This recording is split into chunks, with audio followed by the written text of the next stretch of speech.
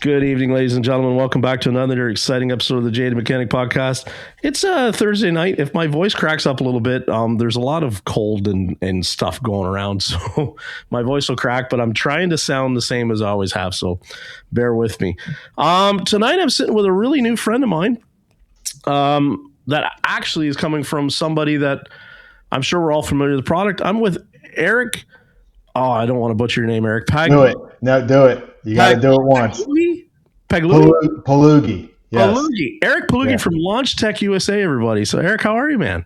Good. How are you? Thanks for having me. Yeah, thank you for being. Now, we were supposed to record a week ago, and then Eric's in New Jersey and got hit with some weather, lost power for almost 2 days, and yeah, so this is kind of fun to get to reconnect because I'd never met Eric. Eric's never met me, but we're interested to hear about Launch Tech USA because some of us are familiar with the product. I'm not an expert on the product at all, so we wanted to reach out to Eric and give him the opportunity to kind of really share what's new and exciting with Launch Tech USA. So, Eric, I'll let you take it away, man.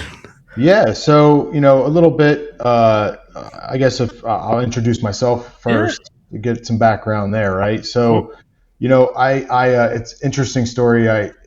The path that I've taken over the past 20 years has been just what a fun ride it's been, right? Yeah. I was a shop owner for many years. I started out as I was an operator for the gas company, and I was welding and I was in the field working on vehicles, working on trucks, just that motorhead type of mentality. And I'm still that way, right? So, as you start to grow, you look for new opportunities, and as the Mako tool truck would come to the shop, our dealer that we were dealing with every week, buying tools for the equipment that we were working on in the shop, he was getting ready to retire. So, that question starts coming up when the dealer retires, they start asking and looking for the replacement, for that route. So they don't want to have that gap in between, because then you piss everybody off, and then it's a hard path to take with tool dealers at that point. So long story short, we got to talking back and forth, and my juices started to flow a little bit about maybe wanting to own my own business and kind of go into something different and new and exciting. And I pulled the trigger and I became a distributor. So I was a Mako distributor for 8 years. Wow. I started like 2000, probably 8-ish, around there somewhere, right?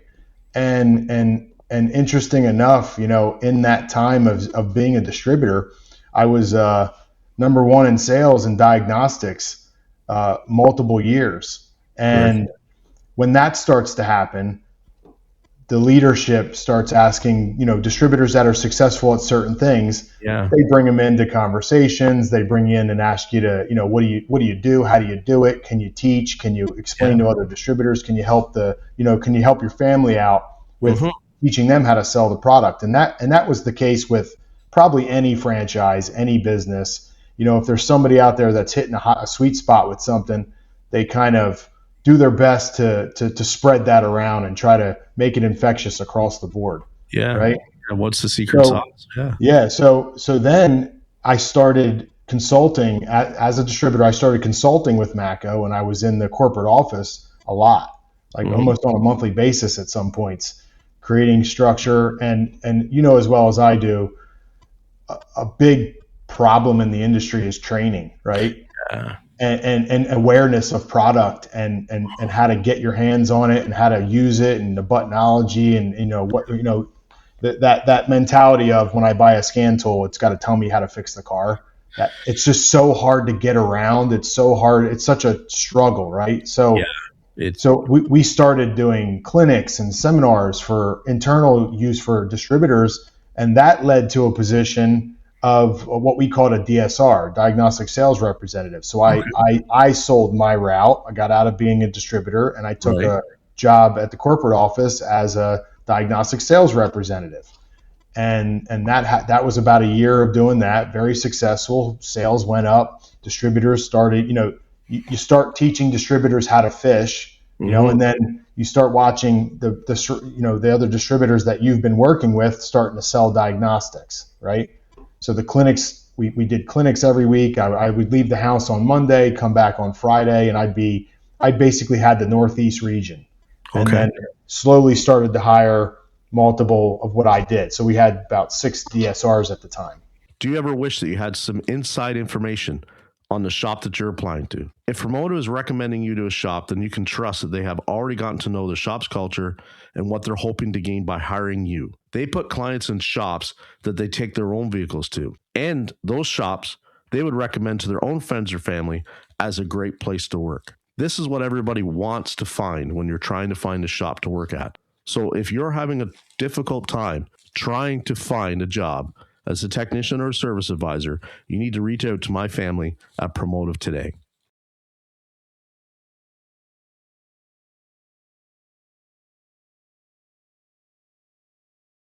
And then, fast forward, we wanted to expand training, expand the business, expand the diagnostic portfolio. So then I got offered a diagnostics programs manager position at Mako. So then from about 2010 and on, everything that you've seen at Mako was kind of my child, working with the product management team and, having my technical background and just that technician feel was always welcomed at a corporate level, because things we do and things technicians do and things technicians need are a lot different than what some people sitting in the offices may think or feel like is, you can't Google search and understand what technicians want. No, you gotta be, feet on the street, and you have to do a lot of, Q&A with the field to understand how to grow. Because technicians almost always want the tool to be almost instinctual. You know what I mean? Like it should, and I see it all the time where when we've talked to, in past conversations, how it's like, I would love to be able to look at, the temperature sensor reading from this module and this module. Say compare the HVAC to the engine, right? To all that kind of different thing, right? If it's got a temperature pid. And how many tools will actually allow you to do that? Now, I understand that the networking within the car can make that an obstacle, but even sometimes within how they lay out data PIDs just in the engine controller, it frustrates technicians. So we're always like, I wish it would do this and I wish it would do that. It's funny you say that, and we'll touch on that in a little while for sure. But that remind me about that, what you just said there. That's an interesting comment you just made that made my eyebrow raise a little bit. So yeah, that's perfect. So because we always think like so fast, right? Like we want get the next car, right? Like flat rate or whatever it is, it's not that about that, but it's like having to back up in a screen, because on our scan tool, we can't always if you're sitting on a laptop, how many guys run 2 screens now on their laptop? Lots of guys, right? Mm-hmm. On our scan tool, we can't always do stuff like that. And then it's like, if you go from working at a laptop with 2 screens, and all of a sudden you've got a scan tool in front of you, you're stuck to 1 screen.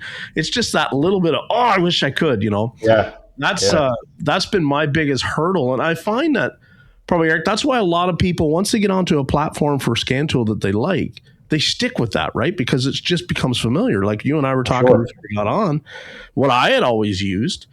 And it's just because it was the first one that somebody ever gave me. Yeah. And it's the one that I just navigate the fastest. I don't think it's the best tool on the market by a far, not even close anymore. The operating Snap-on for everybody listening. But it's just a situation of like, I think everybody's so familiar with the way it's laid out, we just go to it, and I'm muscle memory. You have that muscle memory, and you just go, you do what you do every day, and it just becomes instinctual. So that's pretty.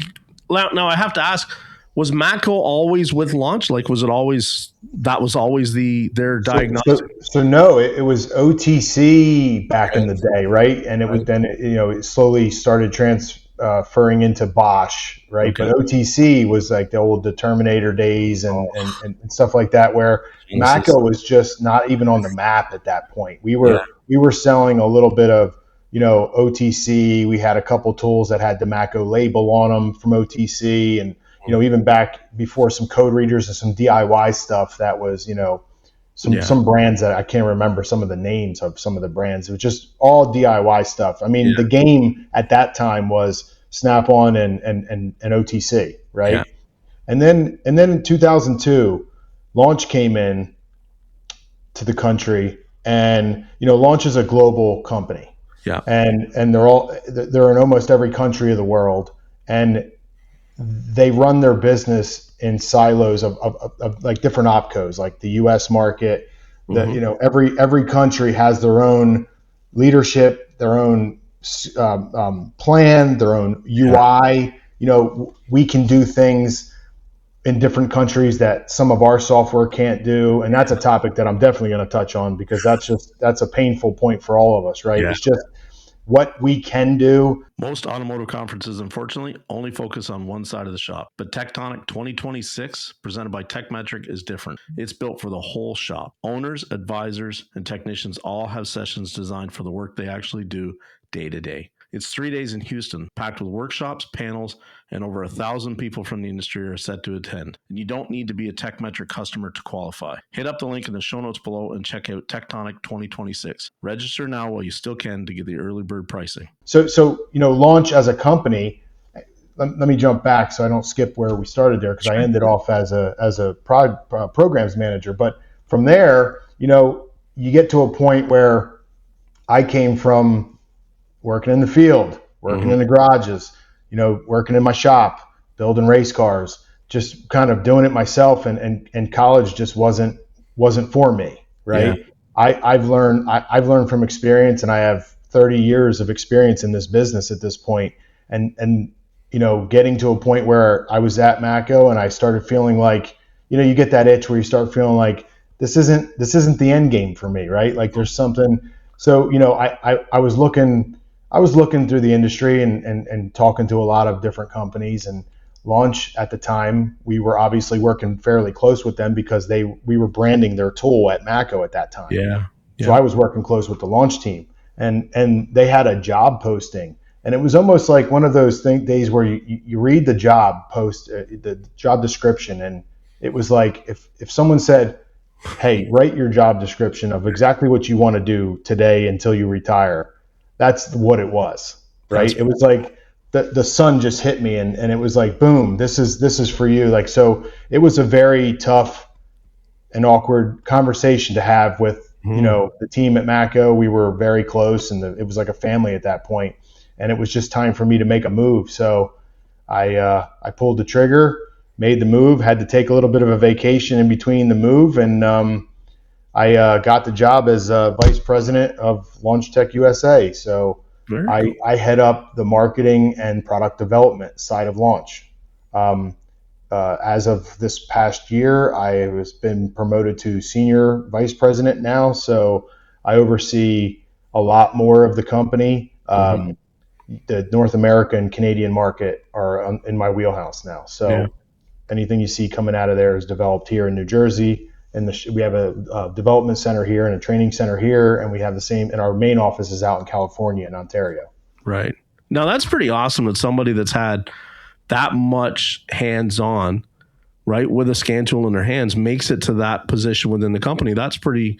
I think that's commendable, because like there's a lot of people that get to that level and they're just numbers people, or they're just business people, right? And they may have never even lifted the hood on a vehicle, right? Or they could be, like tech guys that understand software and programming and stuff, but how does it apply to a car? Well, it's data, right? They don't necessarily, where you can understand how, going back to that thing, what do we wish it would do for us better is all instinctual, right? And that's something that, if you haven't had the boots on the ground, you're not necessarily going to have that feel for it. But so I think that's pretty cool. That's good for Launch. I think that's right place, right time, I think plays a big part of that. And I think the winning recipe the past couple of years at Launch and what we've accomplished has been, there's a lot of technology out there, a lot of things that these tools can do. But applying it to our market and what technician and applying it to what a technician can actually use to either speed up their process and diagnosing, or just giving them more information or access to more information, with partnerships, with all the partnerships that we have with Launch and other third parties.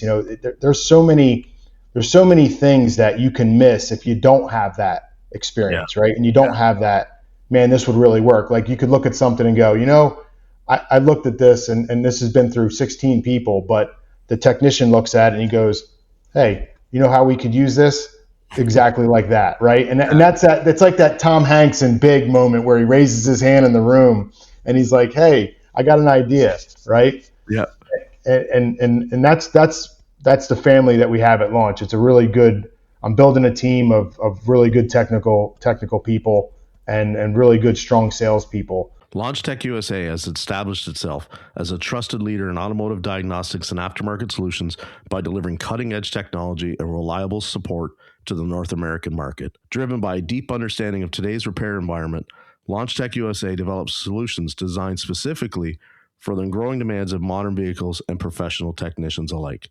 Each year, LaunchTech USA introduces new innovative products designed to work with the latest advancements in vehicle systems, diagnostics, and repair demands. From advanced diagnostic scanners to ADAS calibration, alignment, and next-generation solutions, every LaunchTech USA product is engineered with purpose, built for accuracy, efficiency, and real-world performance in today's professional shops. Our commitment to innovation is unwavering. Focus drives our precision, innovation fuels our progress. Together, they set us apart. LaunchTech USA is driving the future of automotive diagnostics. To find out more about LaunchTech USA, visit our website at www.launchTechUSA.com. Tell them the JD Mechanic sent you.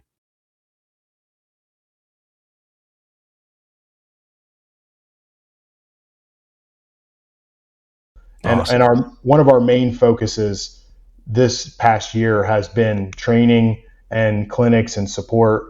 We have a training room here. We have a training room on the West Coast. We're starting to invite our customers in post-sale to learn the buttonology, learn all the nuances and flows of the scan tools. Right. And we've seen great success in being more involved at that level for sure. Yeah, because it's like everybody's good when they put out a tool. They throw up a couple YouTube videos or a login link or something that you can, and it walks you through the basic functions. But a lot of us we don't necessarily feel like I can't sit through a 20-minute video anymore, right? Like my brain is completely, it's TikTok, as David would say. So I got about a 6-minute attention span and that's it. It's a squirrel and I'm on to the next thing, right? Or I'm trying to watch a video on YouTube and I'm still staring at my phone. So a lot of us just intrinsically play with the tool. And then we don't necessarily get that where, we've had other nights where you go on their training or whatever, or just guys sitting around, right, with the tool and you go, hey, did you know it would do this? No. Yeah. Like that's the fun part is when somebody says, oh, well, here, like, look at how this does this. You never would have necessarily found that because like it's our routine. We just, like we were just talking about, you might grumble about how something's set up, but you just go and do it that way. And there's sometimes a better way. But yeah, that's where the after sale support is really so important for so many of these, a company like yours is getting people and going, what's the feedback? Well, I don't like this. Oh, we have a fix for that. That's the stuff that makes me feel really invested. And I can tell you, we pride ourselves in, we have a feedback button built into our product, all our products, awesome. Right? And you click that feedback button and it sends it directly to our lead engineers. And we segment to the point where there are times where we get a call come in through L1. And I'll give you an example. We had an issue with Ford software and it was a function that didn't work or something like that. And we got the call, it went through L1. Within 48 hours, we had a beta test for that tool. Very cool. Technician tested it. It worked. We put it out for within 72 hours. We had every tool in the country updated, so it had that function. We're fast, and that's the part that's the part that I think is starting to gain some traction and respect from the technicians. Is I don't have to wait 6 months to get an update. I don't have to wait a year to get an update to fix that problem. With the technology today, the way these tablets work, I can send a patch directly to your serial number from anywhere in the country. Yeah. And we know as customers of tools, if I tell my customer, okay, I got to get an update on a tool, it's going to be like maybe 3 days. You can have them back. That's different than saying, like my tool won't do it and I don't know, And so then what are you doing? You're essentially losing that sale, but you're also losing potentially that customer to the dealer because they'll go back where the OE stuff maybe will work. You know, you don't know. A lot of our ideas have come from the feedback. Yeah. Like some technicians send feedback all the time and just type in an idea, and then we'll take that and it'll spin into, we'll have the think tank and it'll just go crazy for a couple of days of, what, that was a great idea, but this and this, we could do this. And it just, sometimes some of this stuff happens so organically. It's fun to watch. That's awesome. What's the, like, it always seems like technicians go, I want it, it's boot up time, right? Like it takes too long to turn on. Yeah. I remember that always seemed to be a big, when people were comparing tools, oh, look how fast it boots up, right? And I know a lot of that's cool, but a lot of us, like some people never turn the tool off during the day, right? Like it's just car to car to car to car to car. Yep. And, but what's something that like a lot of people give you feedback going, I wish the tool would do this better? Boot up time for us is fast. We're less than 30 seconds. So that's never been a problem for us. Communication, we have a Bluetooth VCI, Bluetooth and or Wi-Fi. It depends on you as an end user, how you want to use the communication.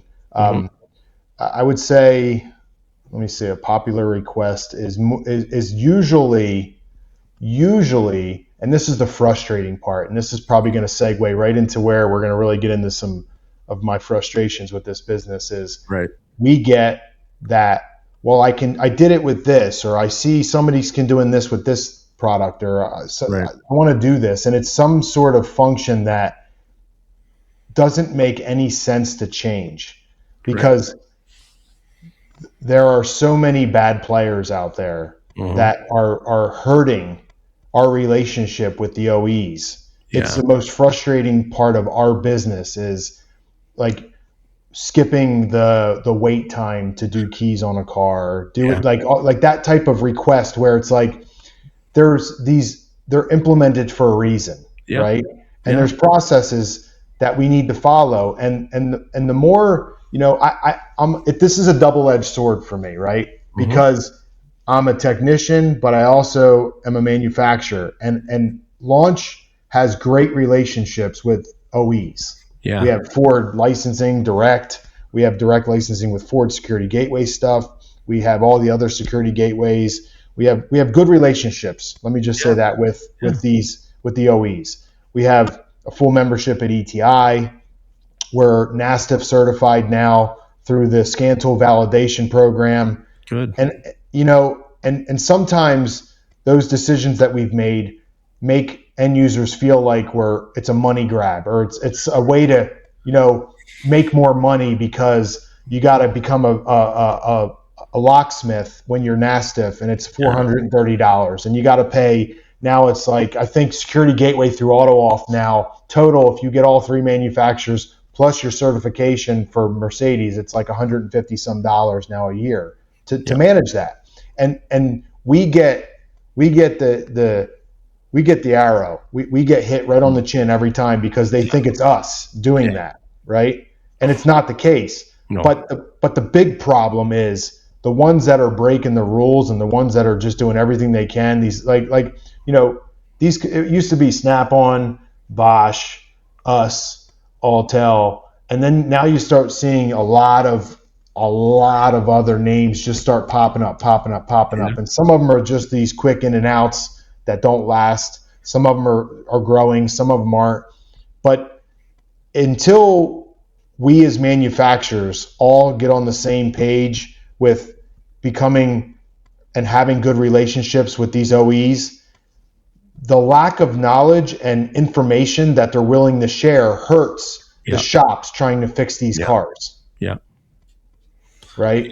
Yeah. And that's the double-edged sword, because yes, I want to produce product that makes people's jobs faster. I want them to fix cars. And usually with us, the ones that complain the most are the ones that are doing things the wrong way. And, it's a funny conversation, right? Because people talk about well, if they want to steal the car, like, I don't necessarily, they're going after the scan tool thing because they're just going to use a pistol and steal the car. I understand that, right? And it's like, that's what happens. But the idea that, like, that everything should just be a free for all, and anybody should be able to grab anything that they want that's out there and be able to clone this and create that. The idea to think that we shouldn't be being careful of that and being responsible and professional, it's just absurd to me, because we have a responsibility. One minute we want to look like more like professionals. We want to change that stereotype. And then the next minute they're like, I don't want to pay for anything. I want everything to be available to me. If I have to go and get this bootleg junk and make this thing work, I'm going to do that, because God darn it, it's going to save me $70. Like, I've never understood that mentality, because the customer wants it done the right way, right? You should not have to break laws and, trespass, walk right on that line, let's say, of doing really shady stuff just to fix cars. You shouldn't have to do that. They're offering us the information that we need, albeit we have to pay for it. I'm good with that. But the other option is, if we don't be responsible, they'll take it away from us and we won't be able to access it. And then what's everybody in the aftermarket sector of the repair industry going to do? Yeah. Yeah, it's exactly right. And, for us, it's just we get that comparison constantly, and it's this race to the bottom. Yeah. A frustrating race to the bottom of, we make so much traction, and we start, we get the scan tool validation program live and running, and we get all these companies saying, yeah, we're going to do it. Yeah, we're going to do it. Yeah, we're going to do it. But that's all they're doing is the opposite of what they're saying they're going to do. And it hurts the ones that are doing it good, like, Snap-on and us and Bosch, like the ones that are trying to follow the rules to the point where, is there a gray area? Are there processes and things that we want to build that make things faster? Of course. That's what we do. We're innovators. I'm going to do anything I can to make a technician's job faster. But when it comes to, 2+ million cars a year getting stolen with scan tools, I can tell you right now, the reports that come out, Launch doesn't have any. We're not part of that, and we're never going to be part of that. I have too many partners and too many relationships to worry about that lawsuit coming our way because we did something to skip the 10-minute wait or the 20-minute wait or this or that. Like, listen, legitimate shops that are in business to fix cars and do it right don't complain to us. No. They don't. Yeah. They just want to know what they need to do and how they need to bill and charge, because we bill and charge for what we do. We bill for diagnostics. I know you've had that conversation probably multiple times. If you run your business the way you're supposed to run it, none of these charges and costs even affect you. No, it's because it's just rolled in. Like, I don't understand, because I thought eventually, like, when the stuff started to pick up in technology, right, everybody would just accept that a code reader wasn't going to be all you needed, right? It was just going to be the one thing. And we were always, but God, man, it's 20 years later, and I still see so many people stuck in that mindset of, I wish I could do everything with $100 tool. Yeah. A unique thing for us is, I try to make it easier with our software too. With our portfolio, I don't limit the capabilities. If you have our Pro line and you're going from our 7-inch tablet, 8-inch tablet, 10-inch tablet, 13.6-inch tablet, right? And you have all those on the table. Yeah. And you click Ford or GM or Chrysler or whatever. You click that button. I don't care what tool it is. When you're hooked to the car and you click that button, the capabilities are exactly the same with every tool. Yeah. Now, what changes is the size of the screen, the processing speed, the VCI capabilities, remote programming. And then we get into some of the topic that you touched on a little bit, is with our big screen, our 13.6-inch screen, I don't just have that tool because I want it to be a gigantic screen. I actually think it's too big of a screen myself. I like that 10-inch space. That's where, to me, that's that comfortable, scan tool that I grab every day. But for someone that wants to go in there and grab multiple PIDs out of multiple modules, our scan tool now has a VCI that's compatible with, I can go into 5 different modules.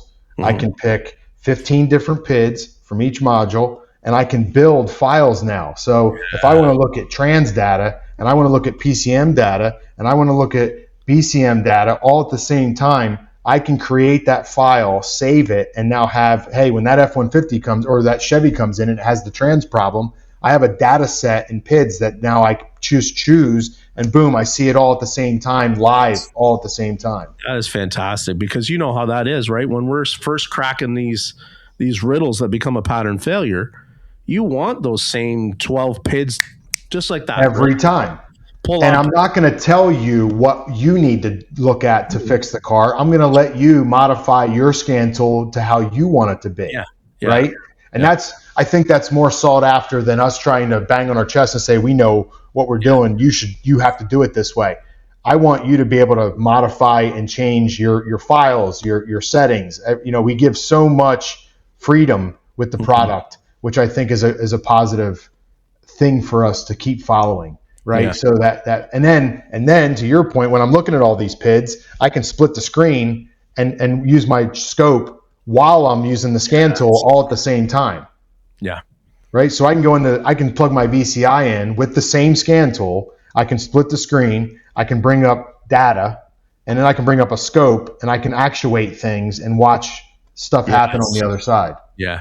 So you're getting real effect, not a buffered. Yeah. Yeah, it's some cool stuff. It's some cool stuff happening, right? I'm on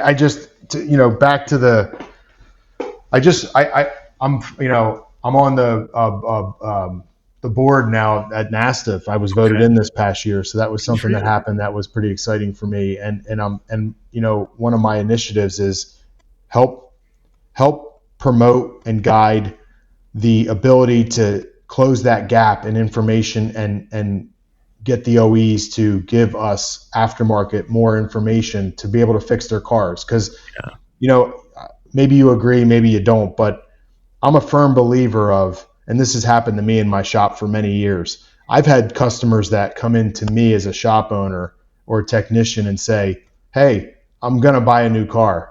Mm-hmm. What should I stay away from? And what do you think I'm going to say, right? I'm going to tell you to stay away from all the stuff that I can't fix. That's right. Or I have trouble getting information on. And some of these manufacturers know that that's true.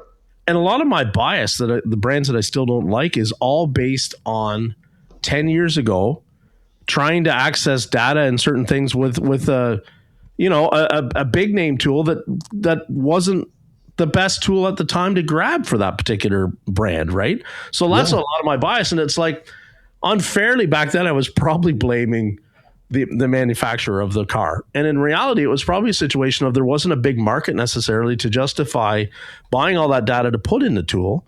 So I'm getting mad at I hate Euros, because the way the aftermarket has caught up now with the European stuff and what they've been able to do is just it's mind-blowing to me how far that's come. I want to say that that's probably been the biggest leap, because the domestics were they played ball pretty good, always, right? Like, Ford and Chevrolet and Dodge. always were very, you could get just about everything you needed. But you looked at the Euro and you couldn't even necessarily trust the data you were looking at was even accurate. You know what I mean? We would see so many glaring things. So good on you guys for stepping into that realm and saying, like, hey, open up more and more for us. And I understand it costs. They don't give it to you. Like, this is the other thing I explain to people all the time. We just had that conversation with Lucas, and it's the same as service information. There's so many variables now in all this that you can't get it all. It would cost too much. So it's like you have to pick and choose. What am I going to work on? And then that's going to determine. So my bias, a lot of it is like when I tell people is like, I like working on these brands because I know that what I can provide for you is very close to what the dealer can in terms of what my tooling can do. Mm-hmm. It doesn't mean that the car that you might really like is a crappy car. It just means that it gives me more obstacles when I'm trying to do it based on the tooling that I have and the experience and the if I get more exposure, different tooling, might seem like a cakewalk, right? But and if you look to that point, if you look at the industry out there, I mean, what are the top 10% of shops in the country have enough volume to manage what they need to have all the factory information and tooling, and that's not reality in most cases. Mm-mm. There's a shop on every corner in some cases, and a lot of them don't have the volume to be able to afford that information. And to your point, they're picking and choosing. So, we have a relationship with Aztec, Okay. Verify, and for the flashing side of things. So our VCI is J25, like a lot of them are, but we have an agreement and we have a partnership with Repairify where they have a warehouse full of racks of scan tools, and they have licensing to use these scan tools remotely across the country. So for, you plug our VCI into a car, you click a button on our scan tool, and it invokes a communication line with Aztec. They remote in, they flash the car. If for some reason you need, what we're starting to also see today are, remember the years of your phone wouldn't stop ringing because they said, oh, your vehicle's warranty is expiring and blah, blah, blah, blah, blah, buy our warranty, this and that, right? So that happened over and over and over again. But you'd be surprised how many people bought those warranties, right? So now these shops, and this is feedback we're getting from shops. So this isn't me telling you what it is. This is our feedback that we get is now these warranty companies that are starting to have to pay claims are saying, yeah, you got that Ford F-150 in the shop. We need a factory scan to verify and get approval for the repair. And now a shop goes, wait, what do you mean? I'm going to give you a health report from my launch scan tool. And they say that's not acceptable. It needs to be a factory Ford one. So they're either, because they know you can't do it most of the time. And some shops are going to say, what do I do? Send my customer's card to the dealership to get it scanned so I can get approval on their warranty, when now it's taking all this time out of my day. So for $50, you can use our VCI. Aztec logs in, gives you a factory Ford, and emails you the report from a factory scan tool. That's awesome. So anything that we can't do today, you have the ability to do remotely from a partnership we have with Aztec. That's huge. That is so cool. Because, and that's just, God, that's sneaky what they're talking about, what you were just saying, because it's like, how much of this stuff are we still fixing? That's just pretty much generic data is more than enough to get through, right? And then you might want the OE side for a couple of enhanced tests, a grill shutter or something like that. But like, that's just absurd to say, oh, well, we want the PIDs from the OE tool. That's just... The times have changed. The days of buying a laptop that has factory tooling on it, without having cloud-based connection with that manufacturer, those days are slowly starting to end. And you have to be able to hit their servers to get the right functionality for that VIN. And that's the other problem too, is really drives me nuts is, all these companies that are out there, we can program this, we can program that, and it's not VIN specific, and it's coming from files that aren't even in this country. And it's like, why don't you do this if they can do this? And I'm like, well, I do it. You're gonna pay a company to log in, or you're gonna create an account with that company. You're gonna buy a JBox, and you're gonna download the strategy that is right for that VIN. Because here's what I'm not gonna do. I'm not gonna let my tool. Can we do it? Yes. Do our tools in the world do it overseas? Yes, they're allowed to do it. In the U.S., we have strict guidelines. I'm not gonna flash a car that has a model, say 10 different models, and that model may have some sort of security braking function that I flash it from some unknown area on an F-150 or a vehicle that has 6 different strategies for 6 different VINs. And here I am throwing can I flash it? Sure. Does it have all the functionality and everything work? No. Yeah. And we've proven it. So I'm not doing it. Then you get all these codes afterwards that you're like, I don't even know what does the code mean, right? And it's all, I can't see how people think that that's worth it. You know what I mean? To go and take those risks like that. I guess if something maybe is, does that happen because stuff is getting older and it's getting phased out and they're trying to, what's becoming to be more popular is the repair of modules, because you can't get the modules, right? And I'm sure you've had that conversation. And so we have recently unlocked all our XProg software and all our universal key software. But what we didn't, what we did in the beginning, when it was this gray area of immobilizers and all this key stuff, you gotta be NASTIF and you gotta be VSP certified to do it. We shut it off. Right. Back in 23, I shut it off. Okay. It was a business decision to never get in that gray area and never have Launch Tech USA be in that lawsuit getting sued by someone like Ford or GM and Chrysler. That was never going to happen. So did we take a hit in sales? Did we take a hit in popularity? Yes, we did. But now it's starting to come around, right? Yeah. Knowledge is getting out there. We're training a little more. The industry is starting to accept some of this stuff that is like third party, subscriptions and things that need to be done. Flashing is becoming more relevant. And now you're not able to get these modules. So we worked very hard for the past 2 years to segment what we're allowed to do and what we're not allowed to do. So now I have it very fine-tuned where when my tool asks for a VSP credential, it's because you're doing something security that manufacturer says you need this fingerprint to do this work. Yeah. We'll let you do it, but you got to use your fingerprint to do it. Yeah. Right? Yeah. And I'm telling you, the only ones that makes angry are the bad players. Yeah, and I've had some conversations at shows and stuff like that with some people, and how do I say that the right way? There's Keith Perkins and I've talked about that too, and sometimes it's like the people that are so against the regulations are because like they know they would have a really hard time getting approval based on some poor decisions that they've made. And I hate to see people necessarily get punished for life for one mistake, right? I think that sucks. But man, there's been some people that is like, they're telling you, and it's like, okay, yeah, I can understand why maybe, you wouldn't necessarily be granted, lots of security functions because of what you've done in the past, like if you.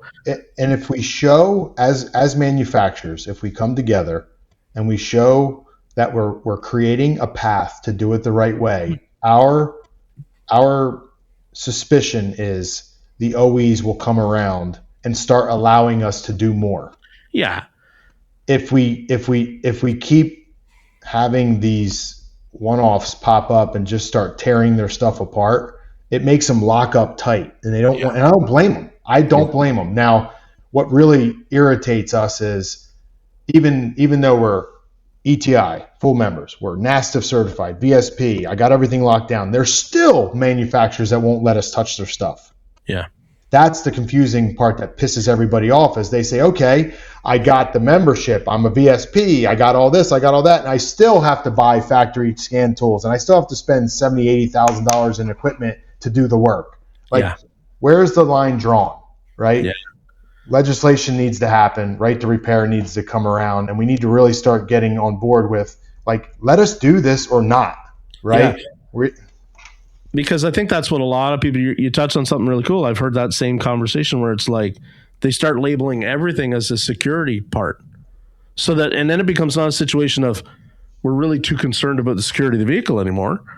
It's a 12-year-old whatever Euro, right? But it's a situation of they want to lock us out, keep all the car in the dealer. And the idea that the dealer can support all the cars that they sell, 5 years, 10 years later is nuts. They can't even service the cars they have now under warranty. There's just not enough bodies. And the thing is, as a guy that's worked in the dealer, I just walked in and, they set you up with the tool and you're programming keys the next day. Nobody's looked into, what's your history like? Or is somebody, so the idea that all of a sudden they make it more difficult for the people in the aftermarket, to me, is just absurd. Because at the OE level, there's all kinds of people that haven't been vetted any more or any less, but they just immediately, they get a rubber stamp, you're good to go because you work at the dealer. It's the insurance. The insurance. That's a good point you made. The insurance piece to become, the insurance piece was a big complaint in the beginning for us. It was, hey, I'm a mobile technician. I'll spend the $400. I'll become a VSP, but my insurance, the insurance company that I'm dealing with wants me to be brick and mortar, but I'm a mobile vehicle. I don't have brick and mortar. Yeah. So then we finally, NASTF had created a solution with Next Insurance. It's an application now. It's an app you can go onto and you click it, and it's universal across the country where they're getting better valued insurance, but understand why they need the insurance, right? So you're not jumping through, because a lot of these shops were feedback in the beginning was, and it was irritating to even hear the frustration in their voice of, I'm doing everything, but now the insurance that I have says I have to have all my stuff in a building every night, or else they won't insure me for what I need to be insured for. And it's like, you're a mobile technician. That's the way that I know. Sometimes they're not brick and mortar. Sometimes there are these dietitians that run around and diag for all these shops, and that's becoming very popular. I mean, these influencers and these shops that are online doing all these videos are really educating our industry and really doing a great job in bringing knowledge to that 6-minute video that they can actually pay attention to, right? Yeah, like I talked to Check Engine Chuck today, and I mean, that's a guy that is well known across the industry as somebody that's like really up to date on what it takes to actually to get some of this stuff to work out in the aftermarket. And he's him and I have had lots of talks about the NASTF thing and the clearance and all that kind of stuff, because like he sees it from both sides. Like, it's a big outlay financially to maybe fix one car that I might not even see again. You know what I mean? Mm-hmm. But then it's like, so who bears that cost? Well, ultimately the customer should bear the cost, right? That's Absolutely. Just the way it goes. I 100% feel that, because it's not his car. It's the used car lot that he's going to do it for. They bought it. They brought it home from the auction. It needs all these modules. Is that his can of worms? No. It's just the price of the value of the job, as we keep saying, has to go up. And that's just the way it goes. But you see people all of a sudden, they have so much fear, and they're like, I wonder if I just try this, Yeah. We see it from both sides too. And that's, for the record, we do see it from both sides. And I agree both ways that it's frustrating when you're following the rules and you're still getting told no. Yeah. Right? Yeah. We see it from both sides. We manufacture these tools, and I wish I could just snap my fingers and turn on all the things we can do, right? Mm-hmm. But we can't. And we think our strategy is that I really think if we can get together as aftermarket manufacturers and really stay on the same page and create the relationships, we'll open up and bridge that gap for the information and the technologies needed for these aftermarket shops to do their job and make money. So what's the question I want to ask? What's the part that when you guys are sitting down and having these conversations with the different, the OEs and all that kind of stuff, what's the argument that they give that you guys just kind of roll your eyes and go, that's complete BS from a security standpoint? From a security standpoint, there's an argument that says it's not our car anymore. It's the person's car who is driving it. Like, right. If a manufacturer says it's on our lot, we sell it, I'm giving you basically the keys to the castle for something that's not ours anymore. Right. It's like a commitment and an end user license agreement with that product of, it's almost like sharing information, right? Like their argument is, in a nutshell, I'm really simplifying this, right? Right. But to answer your question, I think the best way to answer that question is, their view is, we're giving you security functions in something that's technically not ours anymore. Yeah. Right. And that's not okay for them. There's privacy and proprietary stuff there where in some states, and it's by state too, so you got to think about it. So think about the VIN. You give somebody access to their car. I mean, have you ever got into a rental and turned on the radio and looked at the Bluetooth list on that car? Sometimes there's like 50 people in that thing, right? And sometimes they share their contacts, and sometimes they share everything else, and they load everything in that car. So technically, these hackers and these guys that go out there, man, they get that information, they get the phone numbers, that's where all these calls come from all day, every day. Yeah, and that's right? What blows my mind is everybody keeps talking about like, oh, the people that it's not the consumer that's super concerned about this stuff, because like I work at a car lot where we get cars coming from the auction all the time, and all their information is still in the damn car. Yep. Like there's Barbara's phone.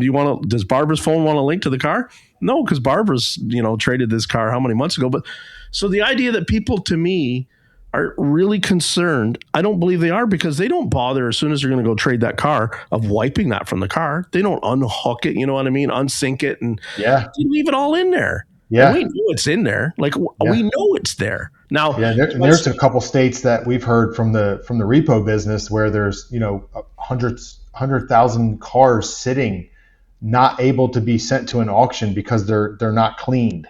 Like they're not wiped clean, and they can't. Right. In some states, can't sell them until they're wiped clean, because you're selling technically somebody's information and proprietary whatever is in that vehicle. So that's been, I think, the number one pushback is their argument is absolutely like, we're giving you permission to do something in something that we don't really want to take responsibility for, and if you do something wrong, could we be financially liable?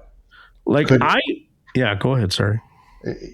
I think it's an example, kind of like, it's not much different than a collision shop's responsibility and how they glue a car back together sometimes. I mean, look what happened with that lawsuit with the family that was in a car. They used the wrong glue. Yeah. When they hit the car came apart incorrectly. I mean, look at that. That. And it's funny to me because we see some of these things, like we were talking about Tesla before we got on here, and like Tesla's really talked about a lot now because a lot of their features in the car are just strictly subscription based. You know what I mean? And I can understand more of the OEs of not wanting to give a tool supplier the ability to turn on them on and off without, but I mean, let's be real. The other side of me is like, if that car can function that way when it was designed and built, it should stay that way until whatever the heated seat element breaks. If I want to have access to be able to go in and turn it on for my customer, I should be able to go in and turn it on for my customer. It's just a simple, to me, it's just a flash. That's all I'm doing, right? Yeah. I'm essentially changing a file. The idea that that they think, everything is a secure, no, they are trying to keep everything where they control it all. And that's what I don't like. I do understand the security side of it, but the idea that it's like, we're not going to allow launch to turn on some features in a car because, the way they want it done is you pay the mothership a subscription every month for heated seats. To me, that's just daft, and it's complete BS. If it's there and the tooling is there to turn it on, let them turn it on. Yeah. It's just, but how much money do they want, I guess, is the crazy thing to me. I never understood that. And again, people we're all probably not as, what's the word I'm thinking of? We're not as smart with our security of our information as we should be. It's like the same thing. Don't go on TikTok. They're stealing your data. Yeah. Well, everybody's already stealing my data anyway, right? Like I'm putting out my platform out there. I kind of have to. It's just absurd to me because it's like, you want to know how many times I went to McDonald's this week? Like, okay, I just call up and ask. I can tell you, the fact that it's car is tracking all that and selling that information, or could be, and that's where all the supposed, real money is supposed to be made eventually. I don't know. We're going down a wormhole here. It's just absurd to me because it's like, is it really going to make a whole lot of difference? No. The idea is let's keep these cars safe and keep them secure for people. I don't want to see somebody. The big joke was up here in Toronto because in Canada we're all unarmed, right? So that's what they think. And the big joke was like when people were starting to steal some of the really high end cars, the stuff that can't be hacked. They were just kicking your front door in and they were stealing your keys. They were doing that. And it made the real argument that it's like, well, a scan tool would have stole that. Not that car. No, not yet anyway. And here's the reality. They just might kick the door in anyway. But the idea that it's like we should just throw it all away because somebody could just kick the door in and let the car, to me, it's just absurd. It's crazy when people are like, we have a responsibility to keep these cars reasonably when they're sold secure for the person that's paying the note on them. Yep. And, there's always going to be bad elements, and that's, it's unavoidable. Unfortunately, it's human nature. But the idea that everybody just thinks it should be the wild, wild west to me is just crazy. It's nuts. What, so let me think here. What's the coolest part of your day when you get to, like, what's the coolest thing that you love to do about these tools? Like, I know that's kind of a wide question, but no, I know right what it is too. I think it's the coolest part about what we do is the relationships we have with our technicians and our shops, and seeing it come to fruition. Yeah. Seeing the request or the idea, or that satisfaction from our customers in, wow, I got something that you hit the nail on the head, right? You really got that software right. Like we spent probably 3 years developing the multi-module stuff, and it took multiple revisions of our VCI to make that happen. And now that it works and it's awesome, that like final feeling of watching the shops, like I walk into a shop and it's almost like I'm using it as my sales pitch now, right? For our sales team is like, hey, if you had an elevator pitch, this is what you want to talk about, kind of thing, right? And I think my favorite part about this job is the people we get to meet and deal with, the shows we go to, and watching the feedback actually turn into something from a street level, right? Not an executive level, from a street level, from technician A says, I need this to work. And then when you do it, you realize across the country, every technician in the country loved the idea, right? Like that's one of my favorite parts of this job for sure. Yeah. I think it's one of those things where it's like as somebody that's been, dealer and aftermarket back and forth my whole career, it's not a us versus them kind of thing, right? But it's so much I can remember, when it was like we didn't have a misfire monitor for Ford on a lot of aftermarket tools, right? And then all of a sudden it comes along and everybody's like, oh my God, why did that take so long to get there? Well, unfortunately, it's an OE thing. And, was there other ways to get misfire information? Yeah, there was. There was always called Mode 6, right? But we didn't know a lot of technicians didn't get the training on how to do it. And I can remember taking courses and lessons way back when on how to go and find Mode 6 data because, my little tool wouldn't give me a misfire monitor. Like it wouldn't count it. If I had a code, sure.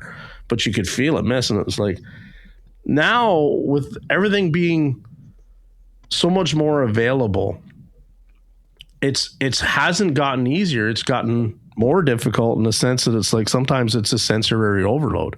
Like there's so many PIDs and so much data now that going back to training, it's like if you haven't had training, it becomes overwhelming to look at it and go like, what the heck what do I really look at? And then it comes back to your process again of understanding, what to look at and what not. And sometimes that's just, we always say the worst thing than having no data is having inaccurate data. Yeah. We used to say that all the time too, right? Like it's more service information that's not accurate. Like you're better to not have it at all. It just slays you. I can remember so many things, about what the OE tool would do. And even like I used the OE tool for a long, long time, but there was still things that on my last year, I was still learning what that tool would do, and I think that's for all of us now with even in the aftermarket. Like I still pick up a tool and all of a sudden I'm like, I wonder if that was always there or not. You know what I mean? Or did the last update add something? Like when you guys, I've always thought, what would be really cool is when you get an update, if it almost gave you like a little video of saying, okay, so here's your launch tool for this month. Here's some new things that have come along. And then like a little video that would walk you, that would be brilliant. That would be brilliant for a tool. I'm laughing because I need it. We hired a person to do exactly that.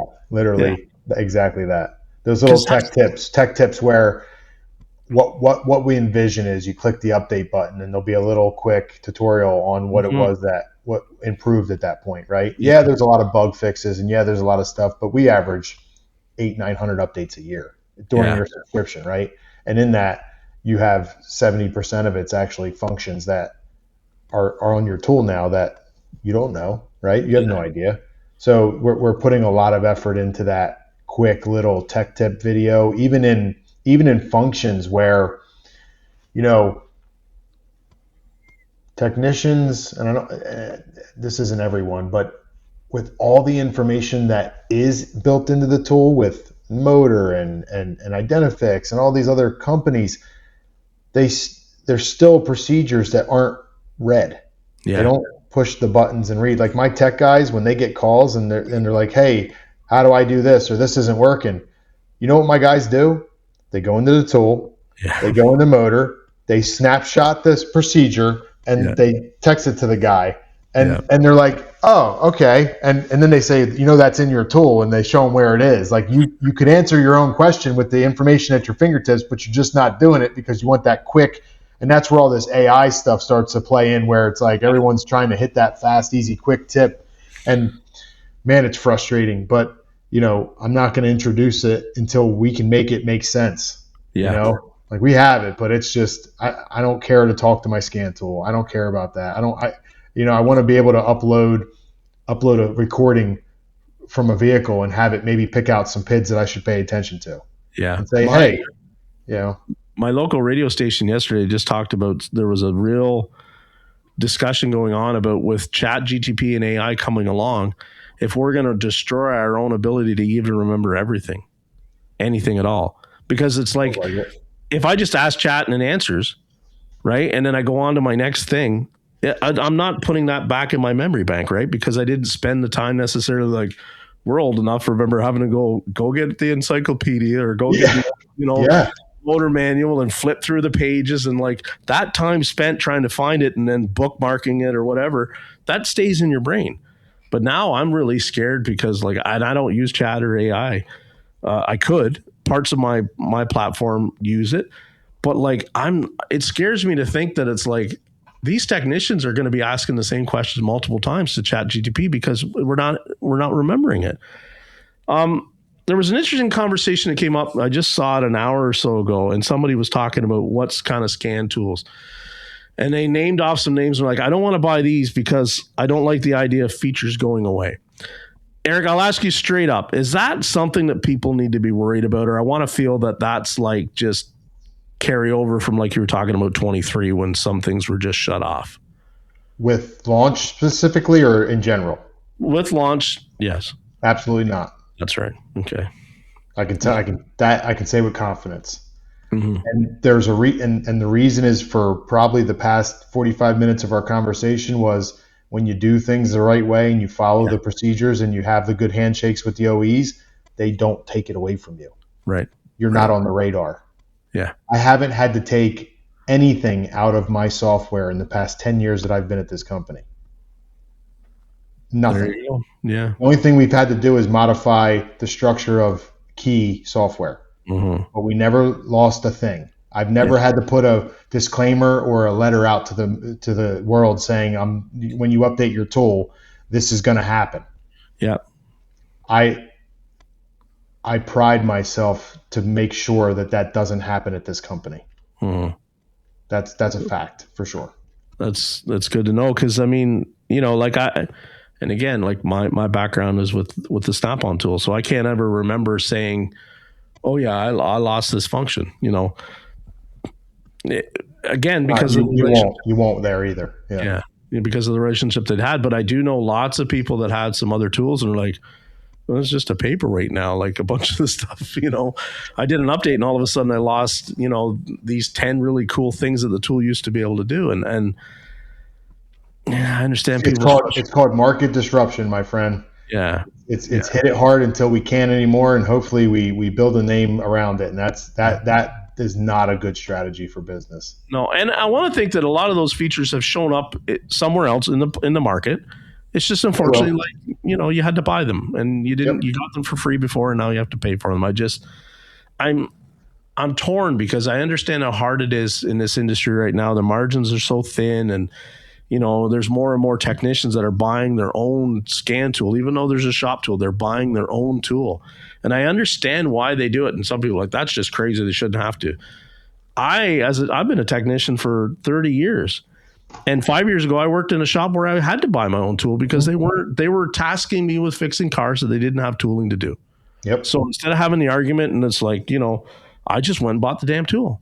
And I've always done that in my career. So it's not like I resent it. It's been a great investment for me. What makes me a little bit better than a lot of my competition, in the hiring class in my area, is the fact that I come tooled. Mm-hmm. But the idea that it's like, everybody then wants to drive the price of this stuff down and down and down, to me is just like, there's going to be compromises made. And unfortunately we can't do that. Like it has to. That's a race to the bottom, my friend. Yeah. Why do we need to charge for a lot more of the stuff we do? Because like, how many cars now when you put a headlight bulb in, do you have to go and clear DTC so the bulb turns back on? Do ADAS calibrations and this and that. You take a bumper off, you're doing, it's crazy. It's nuts. And I mean, like I like it, but it slows down my process because I even have to look. I did a rad in a 2018 Durango the other day, and I had to look before I could even quote the job. How's it configured for ADAS? Is it or not? Because this one's not configured at all. There's nothing there. So that's good. It's an easy done. Rip and tear, yeah. But I mean, people are like, wow, you're charging a lot to do that job. Yes, because if I don't have ADAS capability at my shop, or here's the other thing. If I feel like I tell them that it should be, but the customer doesn't know, doesn't care, my advisor doesn't make it aware of what's really going on, I may try and work around. I may leave the bumper in place so I don't disturb it. So because, that's going to take a lot longer, and I'm doing it for then a different reason. Like we have to have more and more of these conversations where it's like, this is what's really truly happening with the car. And this is why it's taking so much longer and costing so much more to do.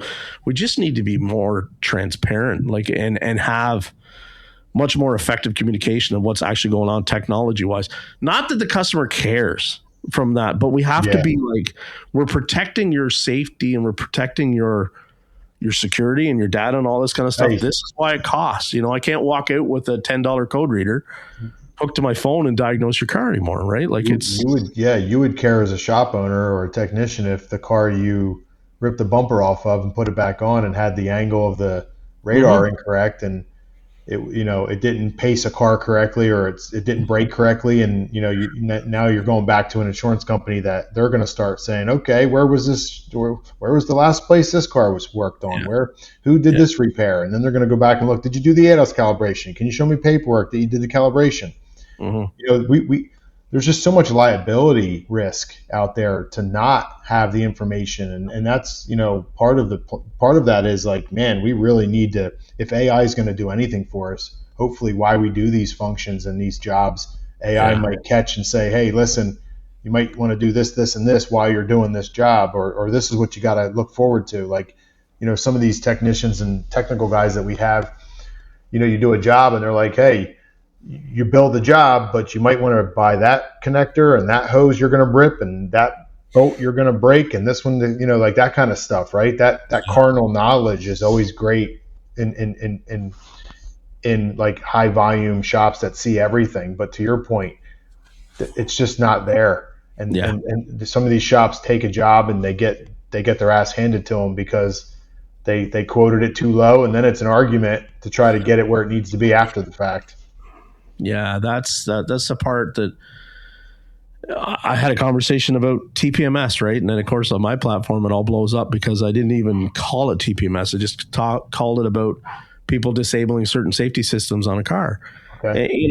And you had so many conversations of so many people piping up going, listen, I like, if the customer's in charge, if they want that light on, God darn it, they're getting that light on, And I'm like, my God, like I would just rather pay the $25 for the universal TPMS and eat that. Yeah. And do the job right. And I'd sleep at night knowing, instead of having them say, well, this TPMS sensor, when we tried to repair the flat, the valve stem broke, the core broke off, and now we're stuck here, and now, I don't want to put a $25 sensor in. Okay, I'm putting a rubber stem in. Like, to me, it's not even a conversation to have, right? I'm just going to go and put it in the car, and I'm going to put it on the bill, and they fight with me. I'm going to eat it, and it's going to leave the way it came in, working, right? I like that idea. There's so many things now in this industry where we're walking this line of like, well, my customer doesn't want it. My customer doesn't want it. A lot of customers don't want it because we haven't even explained to them what really has to be done here. You know, and that's where, you know, really makes me kind of like, how do I navigate the next 10 years of my career? You know, is because I believe that the customers want the car to work the way it worked when they bought it. That's what I believe. You know, so, but now it becomes a much more involved conversation. You know, and I think where we're really failing, Eric, is, and we're going off on a completely different road here. Yeah. Is it's a different type of person now to communicate to the customer what's really needed to service the car. Yep. You know, it's not just you know, you got a brake squeak and brakes are, you know, $600 and probably $50 approximately for this Chevy truck. You know, I can have the parts over here in 20 minutes. Do you want to do it? Yes or no? Now there's so many more things with like electronic parking brake and all this adaptive stuff that we need to be saying, this is why it costs $650. You know, it's not $120 anymore. Yeah. Well, what's involved? Well, I have to hook a scan tool up that can enable to get your parking brake because I don't want it to leave with the parking brake light on. Brakes work fine because it didn't come in with the parking brake on. Everybody's like, well, it's okay. Like, that just stresses me right out. It just drives me crazy anymore. You know, we want to be professional, and people just they want us to be professional too until it's like we fail to explain the cost. And then all of a sudden we look unprofessional and they just don't want to spend any more costs. And I don't know how to navigate that going forward. What, the tool behind you, what's that? Which one? That's our Throttle 5. That's our flagship. That's our 13-inch. That's the one I was telling you about. That has all the, Very cool. They're all over the office. I got them everywhere. I think I saw, Sherwood at Royalty today using that tool on a car. He was working on a Fiat. So yeah, he's got them. We sent some to him. We got Check Engine Chuck. I sent some to him. Right on. And Wright's going to be using some stuff here soon. And very cool. Yeah. Any of the influencers that want to have a conversation and try some stuff out, we're willing to work with them this year. Sometime you guys can work with that. I would love to put some miles on one, try it out, and see what it'll do. You know, it's been great. Watching and to me, it doesn't matter what they're doing. It's just in general the knowledge that they're bringing to the customer base or the technicians out there has just been priceless, and I commend them for spending the time that they have to spend to get those videos done. You think it's easy, and it's really not. And they really spend a lot of time, and they do care. You can tell they care, and I love working with them. So hopefully I get to work with more of them. It's just a matter of, getting a hold of them and all those names. All those names you mentioned, I'm very fortunate. I'm blessed to be able to call them friends, and I've met them all in person, and shared lots of conversations with them, and they are 100% legit in what they say, in the sense that they just trying to do everything for this that they can for this industry, and it is a big commitment. It really is, because it's like, people go, well, why don't you do any kind of like hands-on how to fix stuff videos? And I'm like, it's enough with this platform of just having these conversations that I just don't have the time in the end of the week, to and at the job I'm at, it's already gone so fast that I don't have time to like back up, stage the car, do the case study and ship it. It's already promised and gone. I don't get a chance to get that car back, so I wish I did. I'm jealous of like Chuck, because every day is rolling into a new thing that can be like, pay him for fixing it, but he can also shoot a really cool, hey, look at this kind of video, right? And Chris, the same thing. Like, he's getting into more and more. I talk to that guy all the time too, and it's just like, that's been the beauty of the online thing for me. And I know it gets toxic sometimes, but I'm so blessed to have been able to meet all those guys, and share with them just what I'm trying to do. And to feel that passion come back, because they want to do the same thing, right? Like, they don't want to see technicians be regarded as, uneducated and unreliable and shifty. They want them to be seen as the professionals that they are. And, I'm very fortunate. I'm in good company, I guess is what I'm trying to say. So yeah, absolutely. It's been nice meeting everyone and getting to know everyone this year. We met some of them at SEMA and Apex. Yeah. They came up at Apex, and we showed them some things. Sherwood and Royalty. They walked up to the booth. We showed them some stuff. They were like, wow, that's some really cool. I showed him the multi-module stuff, and that really caught his eye. And that's how the relationship started, because it was one of those moments where it's like, wow, I that's cool. I need something different like that. So, and it's been, and we learn from each other, I'm sure. I'll send stuff to him, and, we're confident with the product now. And not only am I confident in the product, I'm confident in the fact that even if they find something that they have some constructive criticism on, we're fast. We can make changes fast to make it right. So that I think is more important than being worried about something not being right or a function not being the way it needs to be. I'm not scared of that at all. We're not. We don't have that culture here. We accept the criticism. We accept the feedback, and that's how we become better. And that has been such a great mentality to have here, rather than be so defensive. Like, I could tell you 5 years ago, all we did is care about what everybody else was doing. Yeah. And that stopped over the past few years. Now I don't care what they're doing. It's kind of a powerful mindset, isn't it? Like, it's really cool. It's almost like, because I know in the same thing, like, I joked at the beginning, like a year ago, it seemed like all these other podcasts were popping up.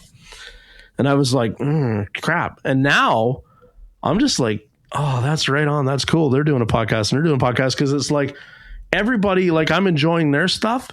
And then my engagement is not dropping off. It's continuing to go up and up and up and up. Right. So what I've learned is, like, just support everybody, like all tides raise all ships, right? So it's like we're a humble group, and Snap-on did something cool with their software the other day, and I was like, good job, guys. Like, that was pretty awesome. Like, that was a really cool thing that they did, right? With some functions things that they did. And hey, there's room for all of us. It's just I really stopped caring when someone says, oh, they're doing this. I'm like, okay, good. Give me some feedback. Let's see what we can do to make it even better. Who knows? You just don't know. But and I think it's all, everybody's kind of doing everything similar anyway. You know what I mean? So it's like the technology's out there. Yep. You're all a bunch of smart guys. You're going to figure out how they did it. You're going to, and then decide, is it worth for us to put that in? You know what I mean? Like, it goes back to that thing. What are you familiar with? Well, like, and it's the same thing. Like, when I look at a diagnostic process in the shop, no two technicians do exactly the same. Like, Brian Pollock and I had a great conversation where we were watching a video from a guy, and we're like, I showed him a video, and it was an older video. He's like, because I said, I wouldn't have honestly gone down that road that way. And he watches the video. He's like, yeah, I see what you mean. He says, I wouldn't have got there either. He said it was cool. It was a neat way to come about. But he's like, I wouldn't have done that.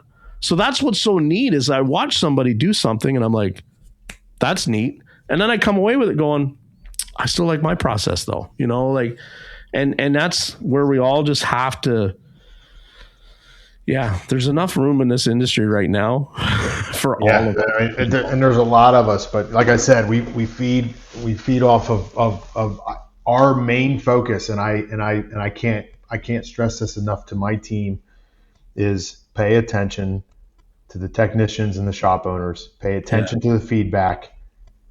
Don't worry about what anybody else is doing. Let's just pay attention to our clients that are fixing cars. They know better than anyone what is needed in this industry, right? Mm-hmm. And that has been probably one of my biggest wins as the leader of the team at launch, is just pay more attention to the end users and the technicians. Can you, and I won't keep you much longer, Eric, I appreciate you being here, but can you give us a little, like, what's exciting you about the next things that are coming along? We dipped into the alignment world, and we developed this product where we were walking into shops, and part of our job is to walk into shops and figure out what roadblocks, what do they need, what aren't they able to do, and we were walking into a lot of shops across the country, and I'd walk in, and the first thing that I notice when I walk into a shop is I look for an alignment machine, right? And it's funny, I asked a few questions and I learned so much. I learned three things, and three things resonated back with all the feedback that we got from all these shops that we walked into. And it's like, hey, Mr. Customer, why don't you have an aligner? And we've learned three things: budget, space, and high volume were the three big ones that resonated. Meaning, budget it just wasn't there. I can't spend $50,000 and buy an alignment lift. We don't have the budget, right? The second thing was space. They're in these shops where they used to be, gas stations, and they just don't have the depth to put the console in there. And then the third one was, we have an aligner, but we're so busy we can't get all of them done in a day. We need a second solution, right? So we got back to the drawing board a little bit, and we started looking at some technologies. And this is that perfect example of some stuff that we had that we didn't know what to do with, right? So we started looking at some of these. There's a touchless version. There's a lot of stuff that we were working on. So we brought this 613 to fruition, which, it's got 4 tire clamps, 4 wheel clamps, and it's got these 2 heads that magnetically stick to the side of the lift. So it takes up no geographic space more than the lift does, right? And you use your tablet, your scan tool tablet, to run the software for the alignment machine. Wow. Yeah. So now we're doing alignments. You're in the alignment business for less than $15,000, and you have a fully functioning scan tool with it. Yeah. So that's been exciting, and that's actually has taken off for us this past year. It's been our key product right now that has really gained some traction. That's very cool. Yeah. That's been the most exciting thing this year so far that we've done. We're working on some cool stuff, but that's been the big one right now. So what do you like to do when you step away from the office? Like, is it all still cars? Is your passion? I drag race. I run 10.5 Outlaw. I run. Nice. We're going to run some PDRA stuff, and we're going to do some stuff in Cecil County down in Maryland. 10.5 Outlaw stuff. Yep. New Jersey's always been a hotbed for drag racing, though, eh? Like always. Yeah. Good for you, man. Yeah. Very cool. Wouldn't have guessed that. Yeah, for sure. I've been doing it since I was a kid. Now right on. Now we have a big program. So yeah. And 10.5 Outlaw. That's what's the car run? Yeah, low fours. We're shooting for 390s, 380s hopefully this season if we can get it to work. We just we have big power, but we're just working on a 10.5 tire. That's the key to that program is you got to make that tire work. If you can make that tire work, you can get down. What kind of car is it? It's a Ford Lightning. It looks like a Ford Lightning, basically. Okay. Yeah. Still running a Ford Mill under the hood? No. It's a Sonny Leonard engine, big block Chevy with Hemi head. Chevy, they call them big Hemi headed Chevy. Yeah. Nice. Twin 94 turbos. Jeepers. Oof. Yeah. 5-inch bore space. It's like a 600 and probably 60 some cube. Yeah, it's expensive hobby, eh? It is. But if you've done it that long, you kind of know. It really is. It took me 6 years to build that thing. So yeah. Wow, very cool. I'm not one of those guys that can build it in 40 days. It doesn't. No. Yeah, we used to all see Street Outlaws, right? And you used to see some of that stuff, and I know some of it was for editing and entertainment. But I mean, like, I never knew, because I've grown up around hot rodders and stuff, but I never knew the dedication to that till I started watching that TV show. Like, people talked about it, but you didn't really realize some of them never slept. Yeah. You know what I mean? Like, they did their day job. Yep. And then they just washed their hands and they went, to the night job. And then they washed their hands and they went to the day job. Like, they didn't sleep. It was crazy. Yeah. That's it's been a crazy with that show has woken up so many things with that industry for sure. Yeah. I like to see it come back. It was kind of neat, you know, like absolutely ridiculous money. Like I can't, Yeah, you know, for sure.